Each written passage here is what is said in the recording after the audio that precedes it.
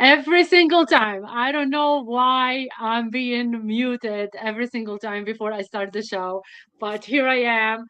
I'll unmute and go forward. Welcome to episode 116 of the Game Changers.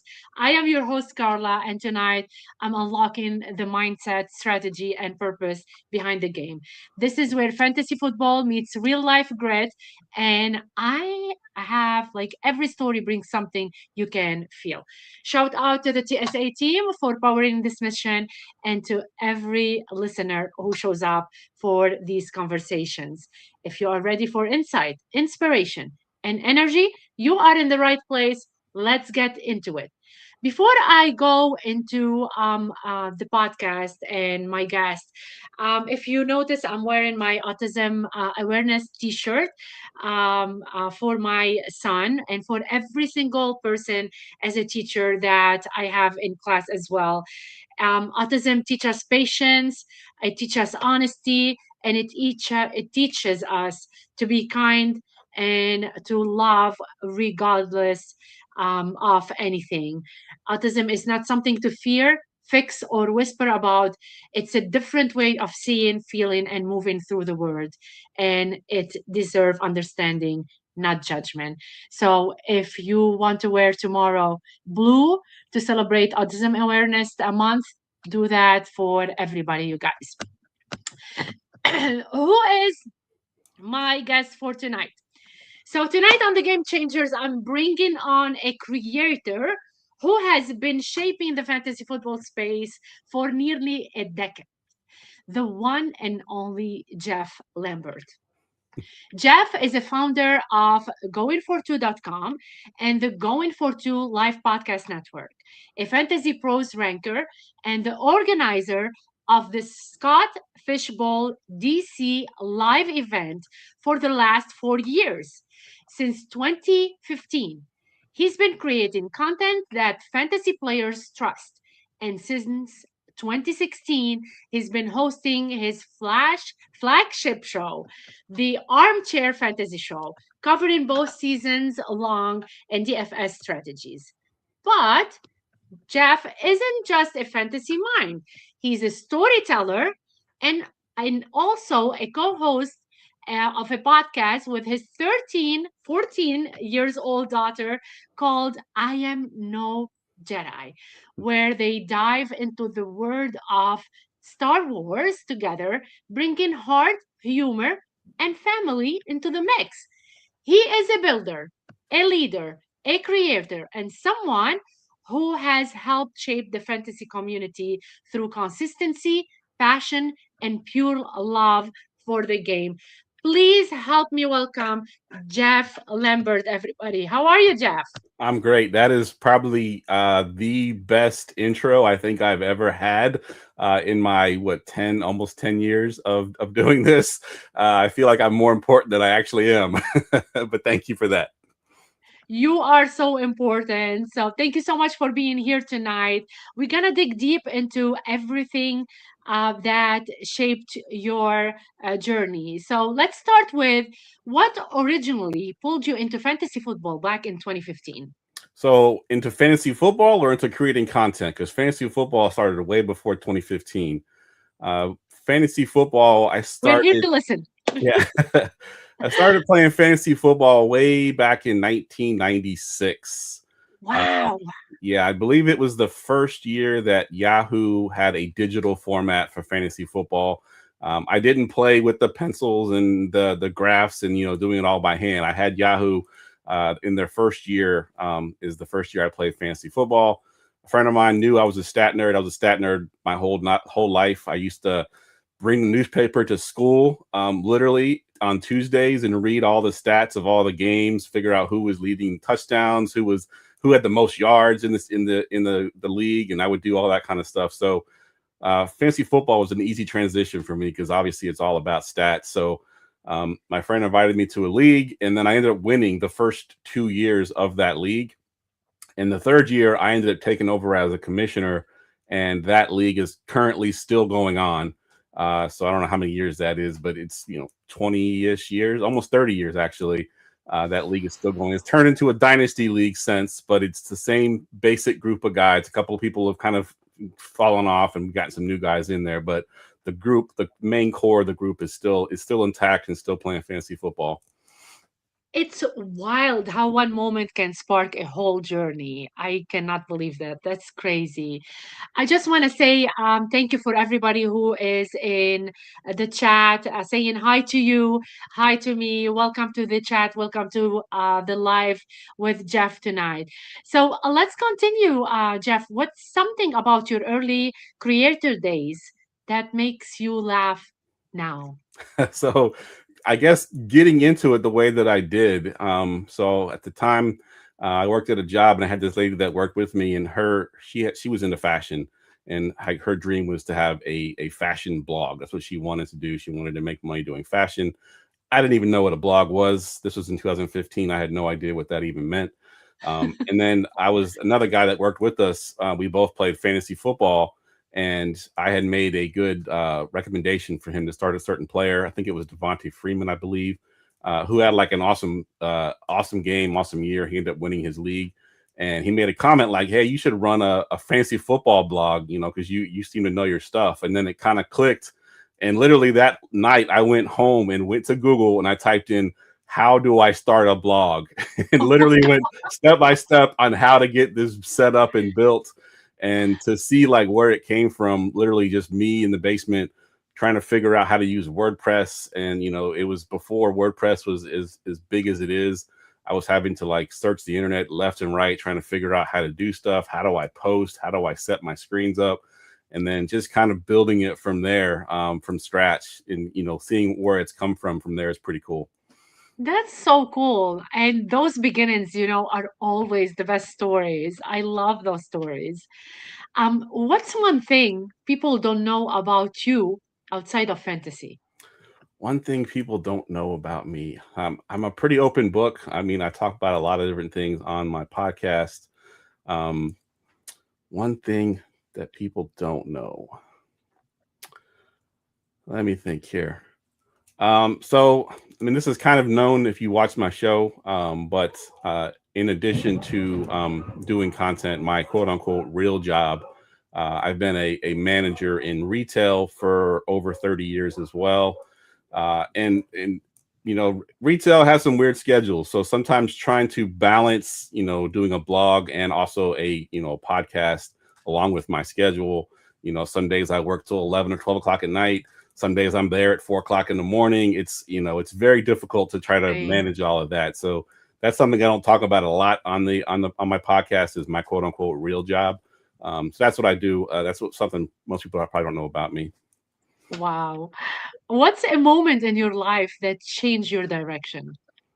Moment in my life that changed my direction. I think it was probably, so I kind of going into, back into retail. I kind of fell into retail coming out of high school. I didn't go to college. I, kind of fell into retail. And I think there was a moment, probably about 4 or 5 years in, I had a really good manager who had been doing it for a long time. And he kind of sat me down one day and he's like, I know, you're young and you may not think of a career in retail as where you want to be at. But he's like, I really do think you could be, a manager in this. And that's kind of where my whole career in retail started, was this, person who sat down and talked to me and said, hey, this could be a career. This isn't just a job you get after high school. You can turn this into a career. So that kind of turned me into a different path. I love it. I saw something in the chat. I don't know if you saw it too. So someone is talking about your hair. It's tell them about your wigs that ate real hair. So what have you like? What do you want to say for that? Yeah, it's Jamie in the chat. Yeah. He knows me well. He actually is one of our biggest fans of the show. So I've been running the show now for 15 years, and I have an intro music. And Jamie reached out to me one day and was like, hey, can you send me the audio file for your intro? And he made the audio file of my intro his ringtone on his cell phone because he liked it so much. So, but yeah, no, this is definitely real. Ironically, I'm 48 years old, and Me too. you're 48 as well. Wow. I started growing my hair long probably when I was like 44. Up until then, I've always had short hair. Oh, I don't know why I decided to just go with long hair. I just decided, you know what? I've never had long hair in my life, so let's just go with it. And started growing it long when I was 44. So it's been it's long ever since. pretty. It's pretty, Thank Jeff. you. We will grow our hair together. I love that story. That's so cool. I really like it. Jeff, talking about, your early content creation, what's something you believed early on about content creation that you no longer believe for today? So I think when I first started, um, like it's kind of hard to explain. I guess so when I first started, I kind of thought that I had to create these sort of extravagant content, right? And be completely Yes. different than everybody else. And I had to be super in depth with things. And I tried to almost impress my readers with how much I knew and how many stats I could throw out. And then, kind of time went on, I kind of realized like the content that I'm creating really isn't for the average fantasy football player anymore. It's for the people that are like me, and that's not the audience I want to reach, right? I want to reach the people that are just sort of the average casual listeners. So I had to sort of, I don't know if dumb it down is the right word, but had to sort of step back and not put as much stats and put a little bit more of my personality into my work, into my podcast, and into my writing. And when I did that, it kind of switched a lot of things, and I started getting a lot more followers and meeting more people in the industry, because I was putting more of my personality into it, and it wasn't just static, sort of black and white. These are the stats, and this is what you should do. It was more a little bit fun. I would make jokes, and I'd have like running jokes from different articles each week. So that's kind of what I switched over a little bit. That's a lovely growth. Like we all look back and then we better ourselves. It's such an amazing thing to do. What's the first piece of content you ever made? Do you remember? I do actually. So ironically, I decided to start my blog for fantasy football in the month of March, which obviously at that time I wasn't into Dynasty. There's no football going on in March, right? So I really didn't have a whole lot to write about. So I did a top 10. I forget how I worded it, like a way too early top 10 list for fantasy football. And Yes. I ranked running backs, I ranked wide receivers. And it actually ended up getting me my first spot on a podcast, because I had, I believe it was Eddie Lacy was my number one running back that year. And that was the year he fell off. So it was a really bad call on my part. But um, but yeah, I had Eddie Lacy, I'm a number one running back, and I came onto a podcast to talk about it. But that was the first piece of content that I ever wrote, was a too early top 10 list. Wow, that's amazing. That's a huge reminder, like from back until now. Um, did you there any moment that you realized, okay, I'm actually good at this and I want to continue doing it? Um, no, I still hasn't happened yet. No. Come on, I'm sure it did. um, I think when I first booked my first quote unquote big guest, right? It was like someone Yes. from ESPN. And it was really cool. It's a really cool story. I had Stefania Bell on, which I think I saw she came on your show, if I'm not mistaken. Yeah. Um, but I had booked her, and it's kind of a funny story because the way I met her. So I used to run a contest on Twitter. It was sort of like a bracket contest, and I would get content creators that had less than 1,000 followers, and the goal was to get everybody more followers. So you'd kind of create a bracket with different people, and then they would tweet out like, "Hey, vote for me." Follow me, and then it would slowly sort of come down to the last two people. Yeah. And the person that won actually, I guess, somehow knew Stefania Bell and actually asked Stefania Bell to retweet her and vote for her. So she did. So when I saw that, I reached out to Stefania Bell and said, "Hey, do you want to come on my podcast?" And she actually said yes, which was really surprising to me, because usually you It's send awesome. a DM to someone like that and they just kind of ignore it. Um, Yeah. so we nailed down a date, which ironically, she said the one date that she could do, I was actually going to be on vacation that week. That was the one week I was not planning on doing a show. But I was like, you know what? It's Stefania Bell. I'm going to find a way to do my podcast while I'm on vacation. So I brought my equipment, brought my computer, and I set up at the hotel that we stayed at on the beach to have this. And this was in August. So Stefania Bell, as you know, she goes to all the camps during this time. And, throughout the day, I'm on the beach doing whatever. She's texting me like all these horror stories, how she missed her flight and she had this huge layover and all these things. And Yes. I'm like, in my head, I'm like, she's going to cancel. Like, obviously, she's had this day from hell. She's not going to come on my little podcast. So I was like, whatever, we'll just reschedule it. But miraculously, she still found a way to come on. You could tell watching the podcast that she had had the day from hell. She was exhausted. The fact that she took time out of her day to come on my show was like, it was like, wow, right? That was Yes. huge. Such an honor. I I mean, agree. honestly, if I had that kind of day, I would have canceled my own show. She still Yes. came on, right? So it was pretty cool. I love that. I love Stefania Bell. She's so like true to herself, and she loves everybody. And this is what we need in the community, Absolutely. like someone like her. And we have a lot of people like her and you, Jeff. So that's such a wonderful story to share. I want to talk about I'm No Jedi. Okay. This is something so interesting to me. So, how did the idea for Star Wars podcast with your daughter just come out? All right. So first, me and her started watching Star Wars. I kind of got her into it probably when she was like 9 or 10 years old. Yeah. And we watched all the movies. We didn't watch them in the order. We watched them in the order they actually came out. So we watched the original trilogy first. We went back and watched the sequels, and then we watched the prequel. I'm sorry, the prequels and then the sequels. Uh-huh. And so we kind of got into it from that sense. And then we continued to watch all the animated shows, which to this point I had never watched the animated shows.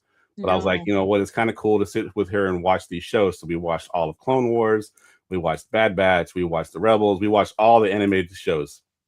And she became obsessed with it. Like, to know my daughter, she becomes obsessed with whatever she likes. She obsesses over it. And so whenever we took the dogs out for a walk, we would play a game where we'd be like, name a Star Wars. We'd go through the alphabet, name a Star Wars with character starts with the letter A, and then we'd go B, and then we'd go C, and D. We play all these games where we're guessing characters, or we'd say, name a character that uses a green lightsaber, and we would both try to name as many as we could that use green lightsabers. And then one day I was kind of like, this is what they do on TikTok. They do these little games on TikTok all the time. I was Yeah. like, why don't we just make our own podcast and we'll do this kind of stuff on a show? And she jumped at the opportunity. Our first show, I was kind of like, Ava, do you want to go live, or do you want to record first and then we'll post it? That way, if we did make any mistakes, we can change it. And she's like, nope, let's go live. I want to go live. Wow. Texted all her friends to join. We went live. She was awesome. Like, she was no stage fright whatsoever. She was 12 at the time when we did it. Was perfectly fine. Her friends were in the chat, like, blowing us up. I mean, we had more comments in that chat than I've had on my show. So I was kind of like, this is kind of weird that my show that's been around for a decade, we lucky if we get 100 comments, and we're getting like, I mean, bling, bling, bling. Her friends are commenting on it a lot. And ever since then, we've kind of done a show every couple of weeks. We'll jump in and do a show. We'll figure out some kind of game to play or something to talk about. And it's been awesome. Like, she loves it. She can't wait until the next show. That's such a special father-daughter bond. I really love that. Can you share when you go live with your daughter for the podcast, please, so everybody can at least follow or watch if they're Yeah, so not watching already? we haven't nailed down a cadence yet, because there's a lot of times dependent on my schedule and her school schedule. And Yes. if she's falling behind in homework, then we're not doing a show that week. However, they could go onto YouTube, and if you go search for I Am No Jedi podcast, it'll show up on there. We have little shorts as well. We do our show and then we create shorts out of them. But it's I Am No Jedi podcast. If you go to YouTube, you can find us there. I love that. And I love that. I do believe I read somewhere it's your 10th podcast, your 10th episode already. Actually, I think we're on 13 now. Wow. Yeah. Her age. Yeah, That's exactly. awesome. Yeah, we had a show 13, her age. You should celebrate it. Jamie is saying, real life lightsaber battle Yeah. or something. That would be super cute. Yeah. I Really. love these moments. What's the best moment you can tell me from recording with her?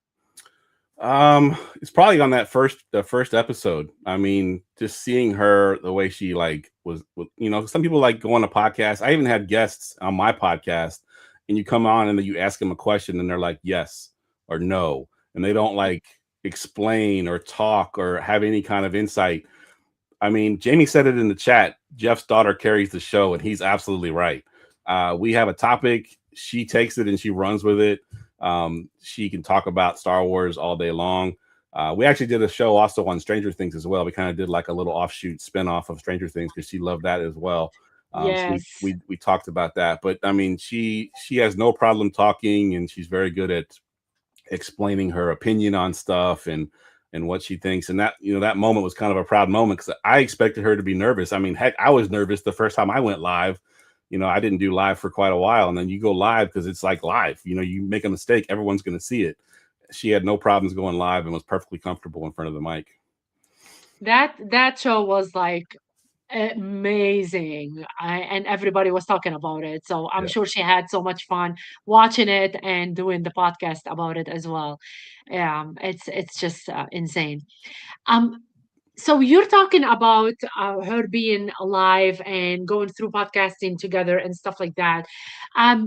Did she tell me what she taught you through the podcasting together? Did she taught you something new? I mean, I guess she kind of taught me, because she has a different bond with me than she does her mother, which obviously just the way things dynamics work in a family. I agree. And She will always be your little princess, right, right? exactly, 100%. Yeah. But being able to share a shared passion, right? Like, how often does that happen where as a parent, you like the same thing your daughter or son likes just as much as they do, right? It's like a shared passion.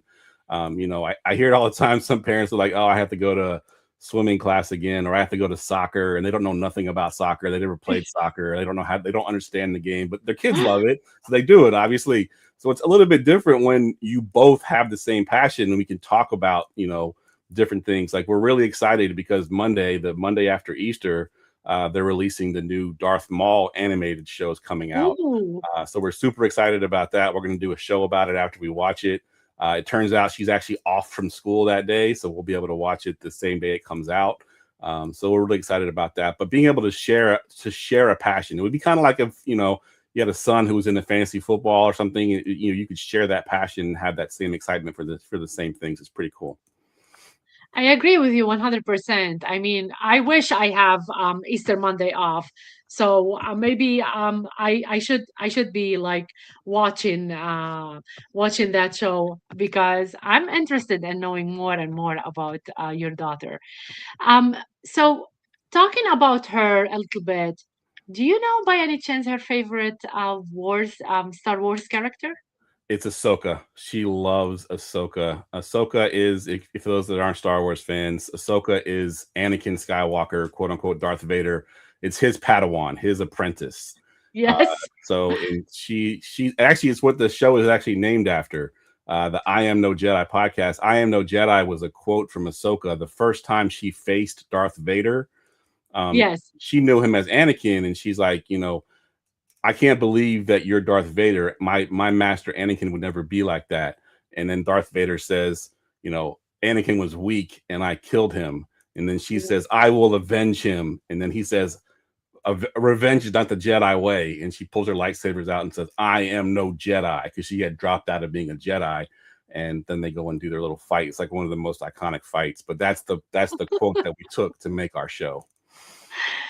And do you agree with her favorite Star Wars character? I do not. My favorite Star Wars character is actually sitting right here on my desk. It is Darth Maul, which is the show that's getting ready to come out on Monday. I love Darth Maul. For those that have never watched the animated series, you really have to watch the animated series to get in love. I want to watch that now. Yes, yeah, it is. That's cool. It is very cool. It is very cool. Darth Maul is definitely my favorite. He's a bad guy. My daughter always makes fun of me because I always like the bad guys. I also like Cad Bane. Cad Bane's a bounty hunter. He's kind of a bad guy too. So, but yeah, yeah, go ahead. I'll say her favorite is Ahsoka, and Darth Maul and Ahsoka actually have one of the most iconic battles as well, with lightsabers in the animated series. I already love the debate energy. I like that. Tell me, what's the funniest thing she's ever said on the show? Funniest thing she's ever said on the show. Trying to think. It's tough. She says a lot of stuff. She talks. Yeah. Yeah, she definitely. There's a lot of stuff funny. I think is when we did. So we did a ranking of our top 5 battles, right? Of in Star Wars, like Yeah. Obi-Wan versus Anakin and that kind of thing. And she picked a battle that I hadn't even really considered thinking about. It was actually a practice battle between Anakin and Ahsoka, who was his Padawan at the time. And if you know Star Wars lore, it's called Tales of the Jedi, and he Yes. trains Ahsoka essentially to survive Order 66, which of course, by the time that happens, he's the bad guy. So essentially, he trained her to survive himself in the future without knowing it. And it was just kind of funny the way she thought of it, because I had never even considered that, as a battle. And the way she brought it up, it was kind of like sort of opened my eyes, like, oh, I could see that. That's really cool. And the way she described it was really cool as well. Kids have like wildest stuff, wildest moments, and they they they have no filter, right? No And filter. I love Exactly. it. I love it. And this is how it's supposed to be sometimes. Um, what's something you hope she remembers about doing the show with you? So it's funny. So when we were doing the show and we were talking about the 13th episode, and she was 13, she asked me how many episodes do I have on my show, and I was like, I think we're up to like 461. And Ooh, she was like, "Do you nice. think we'll ever get to 461?" And I was like, "I don't think so, because by the time we get to there, you're probably going to be like 20 and out of the house." And she's like, "No, I still want to do the podcast. I still want to do the podcast." And I I was kind of love like, it. "I don't know if you're going to want to do a podcast with your dad when you're 20 years old, but we'll see." Right now, she thinks she will, but I don't think that's going to happen. But it would be cool if Well, we did. I do believe she will. If she put it in her mind to do it, she will do it for her 100%. Absolutely. Jeff, let's talk about what inspired you to create GoingFor2.com. Again, I think it was just my passion for fantasy football, and I didn't really go into it thinking like, okay, I'm going to create GoingFor2.com, and it's going to become, this thing where, I have a lot of people that started with me. They come in and they write for a while, or they do podcasts for a Yes. while, and then they kind of go on and do bigger and better things. I never even pictured it being like that. I actually pictured it being me writing an article and then begging my friends and family to go to my articles just to read it. That's what I envisioned it. If I got 6 or 8 views, I'd have been happy. So it wasn't really until I started seeing, some of the views and some of the feedback that I was getting, that I said, okay, this is kind of cool. And then I started to bring on new writers and new podcasters. And I think what really kind of inspired me at that point to continue going and to continue building it was that I started to see more and more people that, like Jamie in the chat, he made a comment Yes. earlier in the chat that he got his start with me. I was the first one to, put him on a podcast and have him, be on a podcast, be live. Jamie was very shy. He didn't want to go on a podcast. But he came on the podcast and he did great. And now he's doing great things in the industry. That's Jeff awesome. Bell, who's, a pretty big name. I think he's with the football guys now. He started with me as well. He's got an article that he wrote. He wrote the article, and then he kind of went from there to Fantasy Pros, and then he went from Fantasy Pros to football guys. And there's a couple other guys that have gotten their start with me or have come on the podcast, did their first live video with me. So it's kind of cool to see that, right? To see that I was able to give somebody a platform that then they can take that and go and do bigger and better things in this industry. So that's what kind of keeps me inspired. This is a vision clearly paid off. I love when it becomes. I click on the link that you sent me last time, and I was really impressed about the website. Tell me, what was your biggest challenge in building your own network, and something that you are really proud that going for to in this community? So I think the biggest challenge really is being able to balance, being a husband, being a father, having a full-time 60-hour a week job, and then Yes, finding time to be able to write and to plan podcasts and to train writers, right? Because when they come over, most of them have never used WordPress before. They don't know how to create an article. They don't know how to, get onto a podcast. So I had to kind of teach them. I created tutorial videos that I would show them, Like, this is how you do this is how you do that. So being able to balance all of that was my biggest problem. Sometimes I become so obsessed with the website that I would forget to do the things I should do as a father or as a as a husband.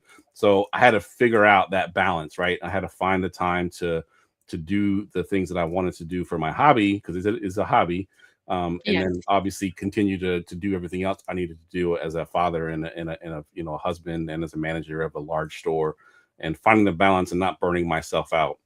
My wife agree. always told me that I would burn the candle at both sides. I was getting up early to go to work, and then I was staying up late to work on my website, and then getting up early to go to work the next day, and I wasn't getting enough sleep. And so figuring out that balance was definitely something that I had to do early on, to be able to do this.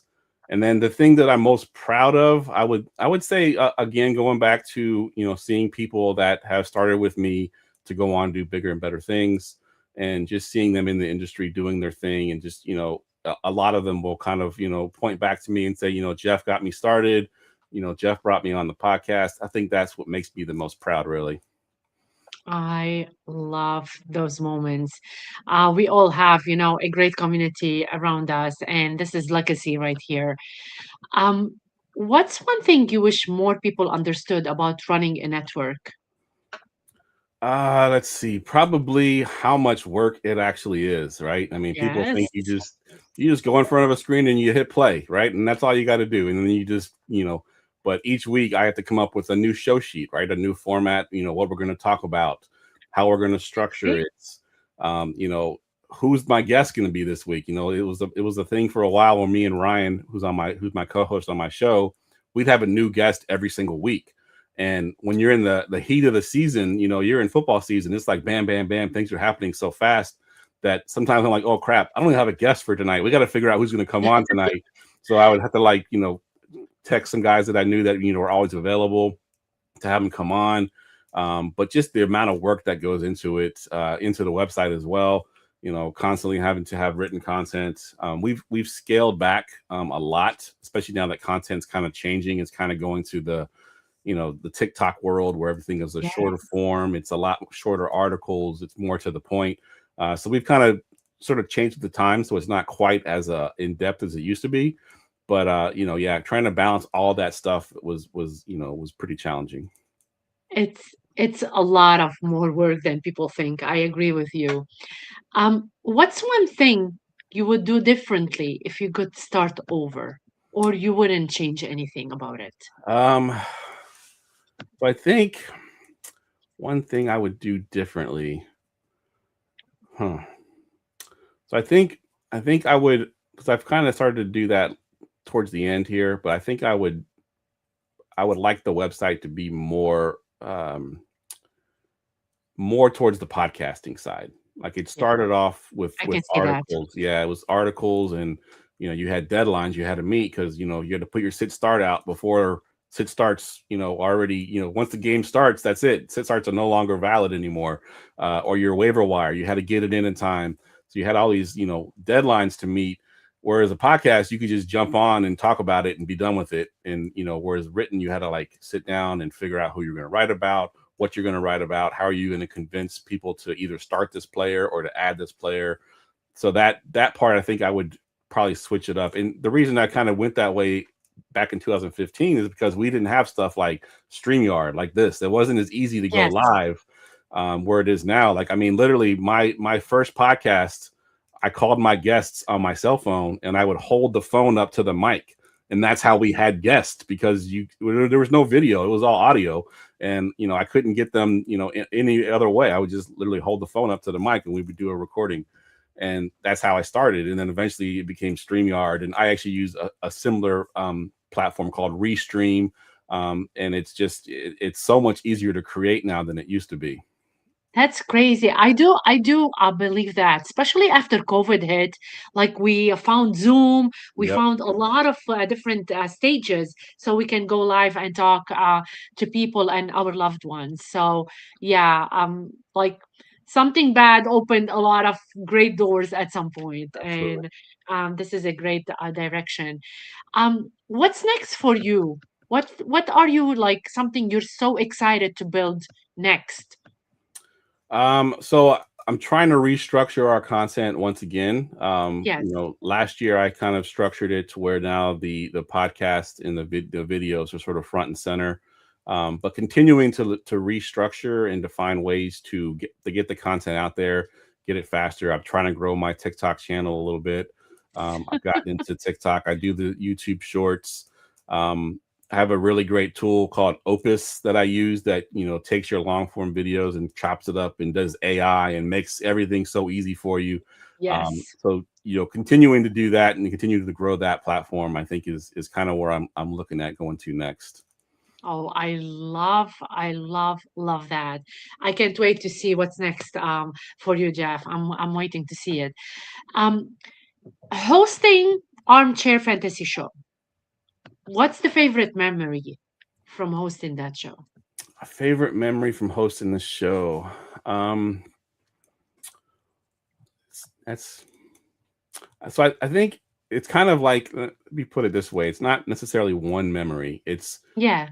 So I have total of 3 co-hosts that have been with me for a long time. I have my Wednesday show that I do with Ryan. That's our season-long show. We do Dynasty, we do Redraft, we talk season-long. And then during the season on Friday nights, I have Gerson and I have Tim that come on my show, and we talk DFS. It's all about DFS, DraftKings, DFS. But so those 3 guys have been with me a decade at least. And seeing them, how much we've changed, right? So like Tim was single when I met him. He's now married. He just had a baby. Congratulations. Ryan was also single when I met him. He is now married as well. Gerson's still not married. We're trying to get him married off, but he's doing his thing. But he's come a long way too from where he was back then to now. Just sharing those life experiences with them. Like, I've never met them in real life. I did meet Gerson in real life. He flew out here once, but I've never met Ryan in real life. I've never met Tim in real life. But we have this connection over the 10 years where we talk about each other's lives and we know what's going on. And it's a really cool dynamic to see that through a podcast, how that's kind of come about. That's crazy. Oh my God. I love it though. So I did have to co-host for the show in here. I had a hope for a little bit, and I had Wendy at the start, and I've never met them until I went to the expo. Talking about the expo, did you ever go to the expo, Geoff? I have not, and every year they try to get me to go. So for the past, I forget how long it's been, 5 years. It's always been August, and it's always on the weekend that I take my vacation. We changed it now. Yes, now it is in July, which under normal circumstances would have been awesome, and I would have been able to make it. Except that I'm hosting the Scott FishBowl draft on July 12th. Yes. And I think the expo is at July 24th. I think it's like 2 weekends after. My wife would not be too keen if I took 2 weekends out of July. Bring her with you. I'm serious. I'm going for Scott Fish on the 19th, and then I'm going for the expo. As soon as they get a beach in Cleveland, my wife will be there. We will make our own beach. I don't play. I will get to meet up your wife. Bring her there, Geoff. All right, I'll work on her and see if I can get that to happen. Yes, would love to see you, like face to face. I would love to meet you for sure, and maybe your daughter too. She can come, especially that she loves to have a podcast, and maybe she can meet like people like her that enjoy the fun of the podcast and everything that she does. Absolutely. Tell me, did you have something like funny moments when you were hosting with your co-host or just by yourself? So we've definitely had some moments. We've had some issues sometimes with some technical issues. The one moment I can really remember, and me and Ryan still talk about it to this day.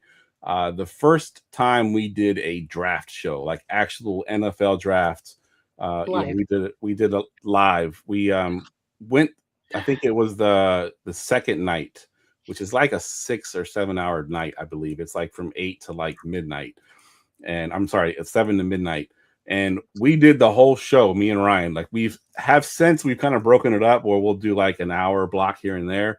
But me and Ryan did the whole show. And Ryan had the brilliant idea. He's a whiskey drinker. and Yes. he was drinking whiskey the whole night.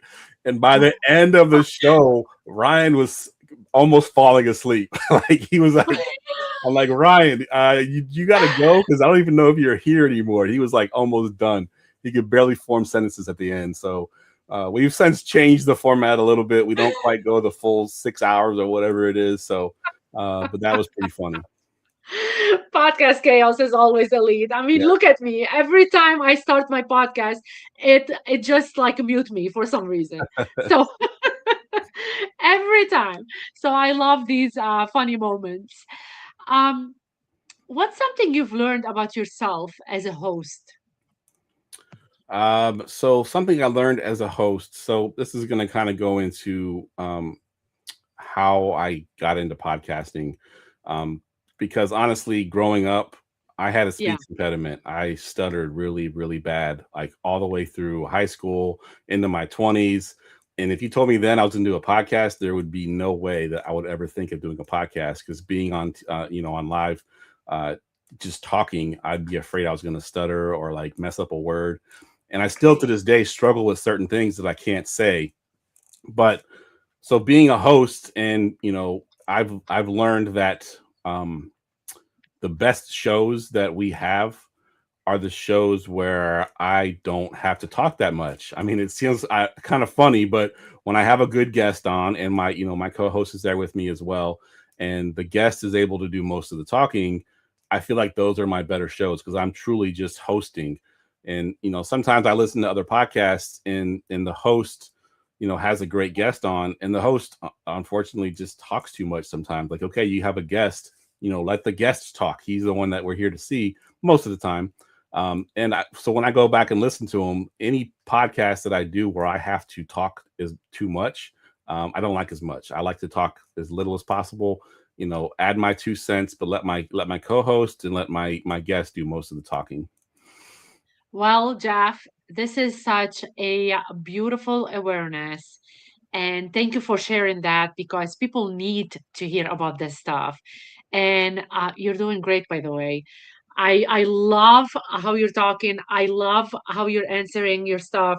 I would never thought about anything different. That's amazing. I just love it. Yeah, I've And mentioned on the show a couple of times my speech impediment. Sometimes, every once yeah, in a while, it'll rear its ugly head. If you hear a word that I just say really fast and you can't understand what I said, it's probably because I was going to stutter. So I just essentially blur it out and just say it really fast. And so when I listen back to the podcast, I can always hear that moment where I'm like, okay, that was something that I couldn't say. Like there was a word that I couldn't say, and I just blurred right over it. But just yeah, let me tell you something. I don't have any issues, and I have tongue twisters sometimes. yeah, So you're fine, Jeff. You're amazing. I just love that you shared this story because it might help people that have that issue at some point, and maybe they want to open a podcast and they were afraid, and your voice is gonna be super helpful, I'm sure. Um, what guest you would love to have one day on your podcast, what guest would I love to have? So I would other love, than me? other than you, for sure, I would love to have you on the podcast. We'll definitely get that booked. Um, but I would love to have. It's kind of a cheat code a little bit because there's three of them. But the footballers, the fancy footballers, Oh, I yes. would love to get them on a podcast. I've had Mike Clay. It's probably another one of the big names I had on, and that was one of my dreams to have him on because he's like a real stat nerd too, obviously. And having him on the show was really cool. That's kind of my biggest guest I think I've ever had on. I've also had Ryan McDowell. I've had Scott Fish multiple times on my podcast, but to get the footballers who I listen to, and I kind of model my podcast after theirs because not all podcasts have, I have drops where I go into my next segment and I'll have a drop that I hit the button and we go into our next segment. And not a lot of podcasts, especially live podcasts, don't typically do that. But I like to do it that way because I like the way the footballers do their podcast. They have drops, which announces the next segment each time, so it kind of breaks up the podcast a little bit into three different sections, and that's kind of how I modeled my podcast after.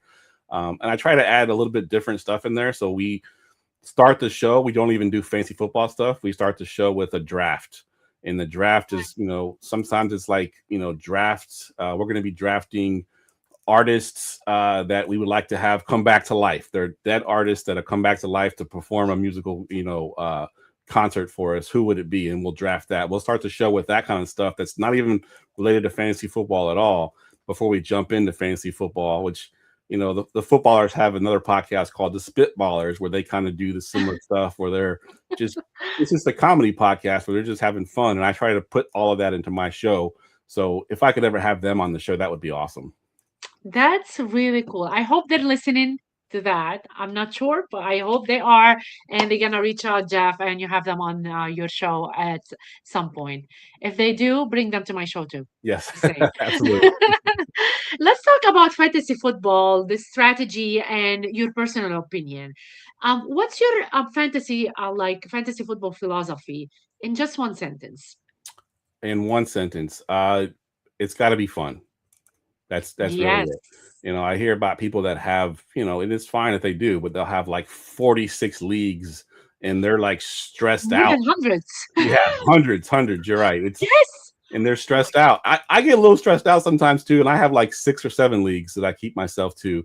But when you get to the point where it's no longer fun, then it's like, why are you doing it anymore? Like, I get it. You win money and you win prizes and Yes. trophies and all that. But to me, fantasy football is about fun and enjoying and making the football game, the game that we love, a lot more fun to watch as well. I mean, you wouldn't tune into a New York Jets, Cleveland Browns game if there was no fantasy football. But if there's fantasy football, you're tuning into those two teams because you might have 1 or 2 players in that game. So it just enjoy it and have fun. That would be my sentence for fantasy football. Short, sharp, and straight to the point. I love this. What's the biggest mistake, in your opinion, fantasy football players make? The biggest mistake, I think, is probably there's a couple different ways I can go with that. I think losing focus during the season and not paying attention to, because I think anybody that knows fantasy football knows that you don't win your league at the draft. You win your league doing the waiver wires and doing the ads and the start sits and all that. But sometimes casual players will kind of lose focus.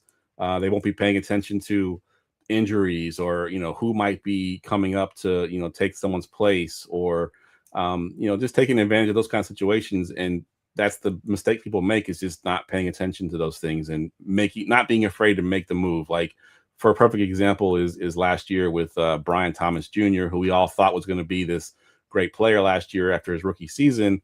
And some casual players just hung on to him too long. And at some point, he's not performing. Get somebody else in there, Go get somebody else. And, and I think sometimes people just hang on to their star players too long. And if they're not performing, it's time to move on. Agreed. So tell me, talking about players, what's one player you were early on before everybody else? That's tough. Let me think on that one, because there's a couple guys that I being in Dynasty, you kind of have like an emotional connection to some of the guys that you drafted. Yeah. And I think, it kind of sounds silly now, but if you go back to that time frame, I don't think it's quite as silly. But Christian McCaffrey, I drafted Christian McCaffrey in my rookie draft, and I think I got him at like 6 or 7. Like, he went after Corey Davis and he went after a bunch of other guys that, didn't do a whole lot in their career. So it wasn't that that Christian McCaffrey wasn't a highly sought after prospect, because he still went in the first round of a rookie draft. But it was just cool to see where the players that were drafted ahead of him in that draft and where they're at. And I've had Christian McCaffrey on my team, ever since. And I've won 3 championships in that time frame because I took Christian McCaffrey, in the middle of the first round, which, when you think of it now, sounds crazy, right? Like, Christian McCaffrey should have gone 101, but at that point, he wasn't the Christian McCaffrey that we know now in the NFL. I love that. Did you have a painful loss at some point in fantasy football? I had the most painful loss. So this is going back to my redraft days. And there was a guy running back for Carolina Panthers named D'Angelo Williams. Yes, I've heard of him. Yeah. So I drafted him, had him on my team for the first 8 games, maybe 7 games. He did absolutely nothing. He was absolutely terrible. So I dropped him and I picked up some random person. I don't even know who it was. And somebody in my league added D'Angelo Williams. And for whatever reason, D'Angelo Williams had the best second half of any player, I think, in history. He had like 12 or 13 touchdowns in the last half of the season. I end up meeting that guy in the championship game, and D'Angelo Williams has 4 touchdowns to beat me. So you kidding? Came back to haunt me. Yes, that was one of my worst losses ever, to see him go and just having go back and look at his game logs. I can't remember the year, but there was one year where he had 13 or 14 touchdowns, and he did it all in the second half of the year that year. Ouch! Like this stuff, you would never know. You or predict, or you never know what's going to happen next. Never know. I mean, who knew that my QB is not going to be playing this year? Yep. Like, there's all kinds of stuff. I have another one too that's pretty painful. Going back to the Atlanta Falcons. So that in week 1 they had 2 running backs. One was a rookie, one was in the second year. One was Devontae Freeman and one was Tevin Coleman. And I had both on my roster at the time. Tevin Coleman goes out in week 1 and has a monster game. And my kicker gets hurt in that first week. So I dropped Devontae Freeman, who I was like, well, he's not the running back for the Falcons because it's obviously Tevin Coleman. I dropped Devontae Freeman to pick up a kicker, and Devontae Freeman goes on to be the number 1 player in fantasy that year. Oh my God. That hurts like a lot. Like you would never know. You would never know what's gonna happen. Yeah, it was pretty brutal, and that's why Jamie's in the chat. He said it right there. That's why I hate kickers. That's why none of my leagues have kickers anymore, because of that reason right there. I dropped Devontae Freeman for a kicker, and never again do I have kickers in my leagues. I do love my Butker though. I do. I love him. What's one rule you never break in drafts? One rule I never break in drafts. I would say not being afraid to get your guy to, if you're reaching a little bit, if you like this guy so much, and yes, the consensus might say he's a 4th round pick or a 3rd round pick, but if you really want him and you believe in him, just draft him. You know what I mean? Like it's supposed to be for fun. And if you want to root for the players you like, then get the players you like, and then you can root for them. And, that's one thing that I always tell people. Consensus rankings are one thing, but who cares? Anything can happen. Player can get hurt, and things change all the time. If you like a player, just go out and get them. I agree with that. What's one player, after we spoke about a lot of losses and stuff like that, you will never, ever draft again? Who I will never draft again. Trying to think who really burned me recently. Yeah. I'm trying to think. Who really got me this year or the last year. I think who let me down? I'm trying to think of somebody that I drafted that I thought of pretty highly of that just did not pan out. And I honestly can't think of anybody right now. I have to go through my teams there and look at it again.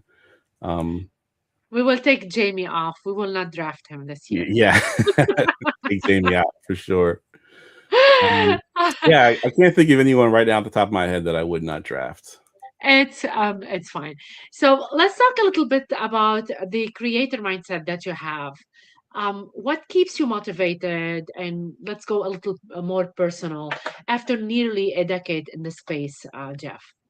I think it's the connections you make in this business, right? I mean, like I'm meeting you for the first time here on the podcast. I've met a lot of people. I just talked about my co-hosts that I've seen, for the last 10 years that have, now have families and have kids and then I also I host the Scott FishBowl live events, which I've seen, the last 4 years, and seeing people come out and be excited to, come and draft at the Scott FishBowl and all the, personalities and everybody that I get to meet. That's the best part of it, really. I love that you're saying that about the Scott FishBowl draft because I have a special segment coming up about only Scott FishBowl, and it's something I just started, and maybe next year I'll bring you and we can talk more about the drafting because you said you did it for 4 years. Yeah, this will be my fourth year. So we've done it 3 years, and this will be my fourth, July 12th. So let's talk a little bit about Scott FishBowl. What do you like most about it, and why you still do it? So I think it's just again, it's the community. So they have their chats where you join your division chat. They also have the chats where Yes. you join whichever spot in the draft you are. You get to meet all these new people from all over the place. I think I was in one year where we had two people that were actually overseas. One was in Australia and one was in London, and Wow. trying to draft with them was hard because they're in a totally different time zone. So they might take 12 hours to draft, but there was no way for us to force him to draft faster because he was probably asleep. But just having that, that sort of worldwide, appeal to Scott FishBowl, and being able to meet all these cool new people that just love the same thing that you love and can talk fantasy football. It's a lot of fun. It's actually, it brings new people in as well. Like last year, there was a content creator, and I can't remember his name now. I have to look it up, but his daughter, who was like Yes. 11 or 12, actually got into the Scott FishBowl, and she was in my league. Really? And she played Scott FishBowl was her first fantasy football league, and she did pretty well her first year. So it was pretty cool to be in the league with her because he reached out to me and was like, "Hey, my daughter's in that league. She's like 11. If she doesn't draft or whatever, just let me know and I'll make sure she does." But no, she did great. She was in there drafting. She was in there talking to the guys. Nobody even knew she was 11 except for me. I was the only person that knew she was 11 years old. But it was pretty cool to have her in the league. Crazy. That's so cool.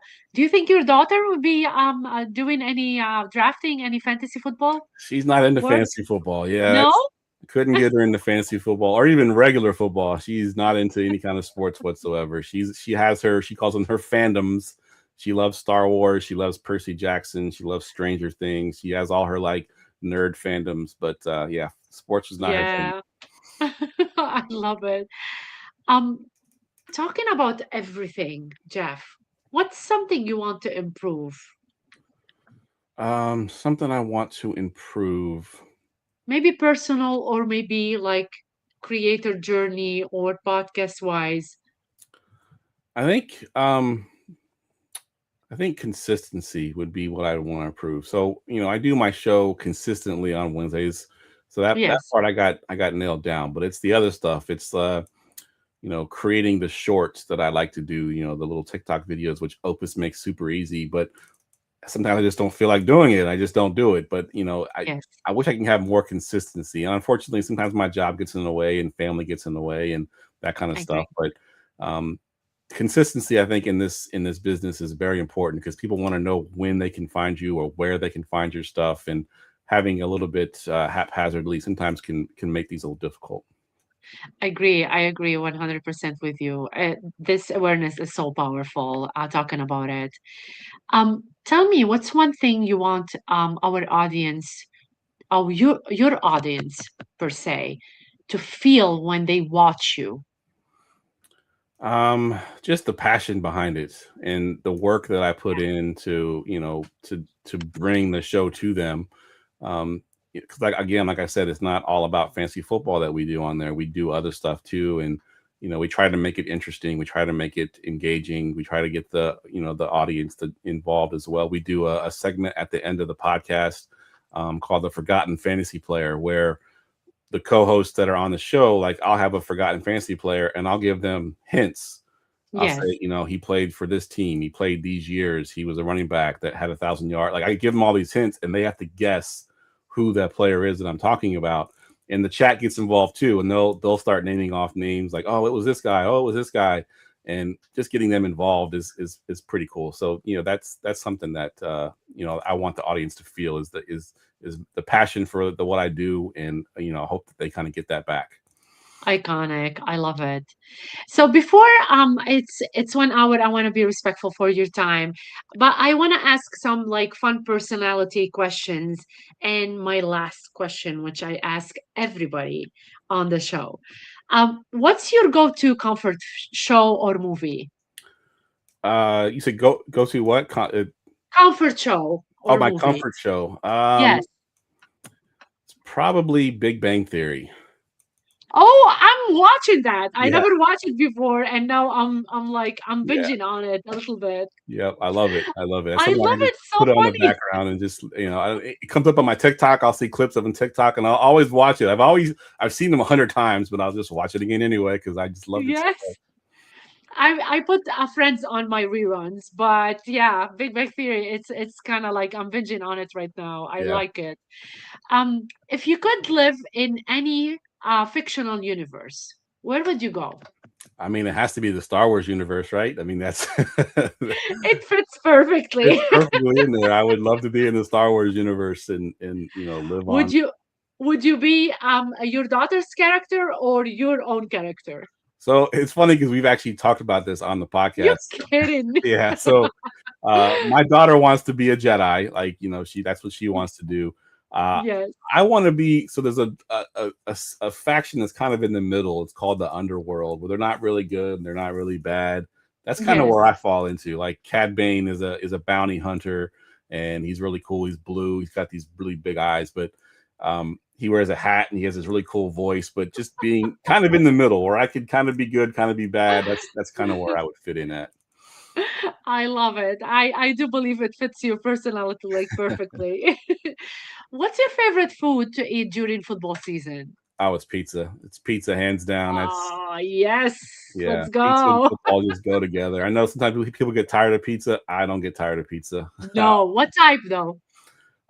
You mean like what place? So I usually go What, to what I go to Papa John's. That's my go-to choice.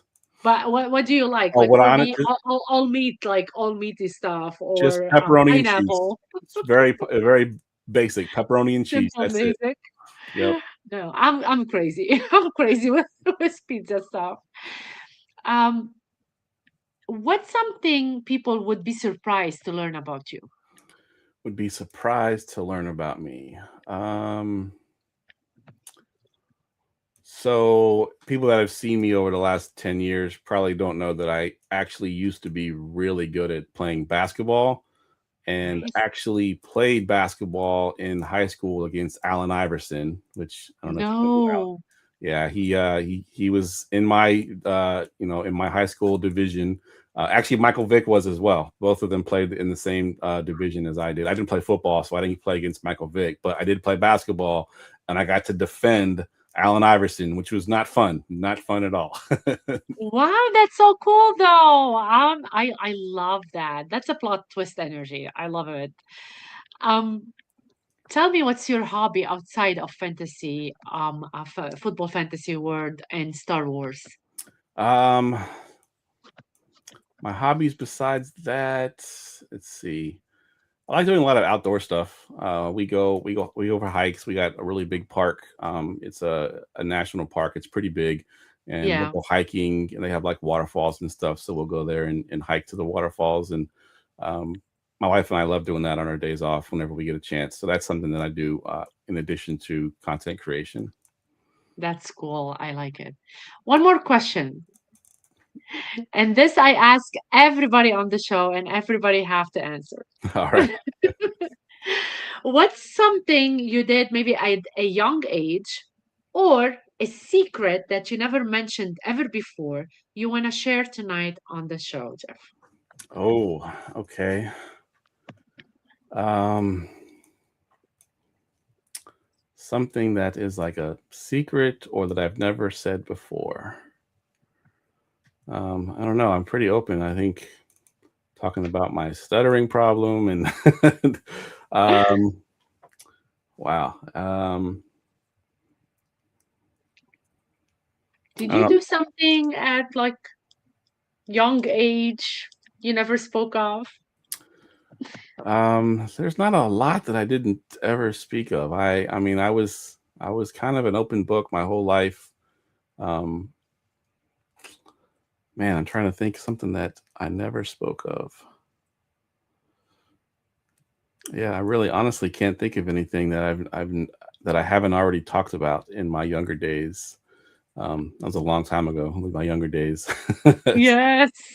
um, yeah, honestly, I can't think of anything really good that would, that I haven't already talked about that I've already put out there into the universe. Uh, Yeah.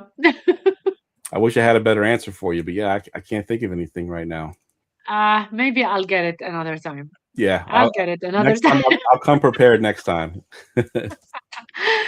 So, Jeff, before I wrap up, go ahead, please, and share where people can connect with you, follow your work, and maybe your podcast and everything that you want to share with us tonight. Absolutely. So you can find me on Twitter at Geoff Lambert 77. That's Jeff spelled with a G, Geoff. You can find all of our work over at GoingFor2.com.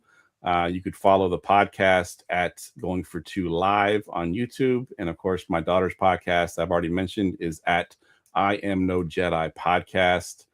You can just search that up. It should come up. But yeah, those are the main places. GoingFor2.com has everything. It even has the I Am No Jedi shows as well. I put everything on the GoingFor2.com. It's not just fantasy football. But yeah, you could find me at those places. I love that.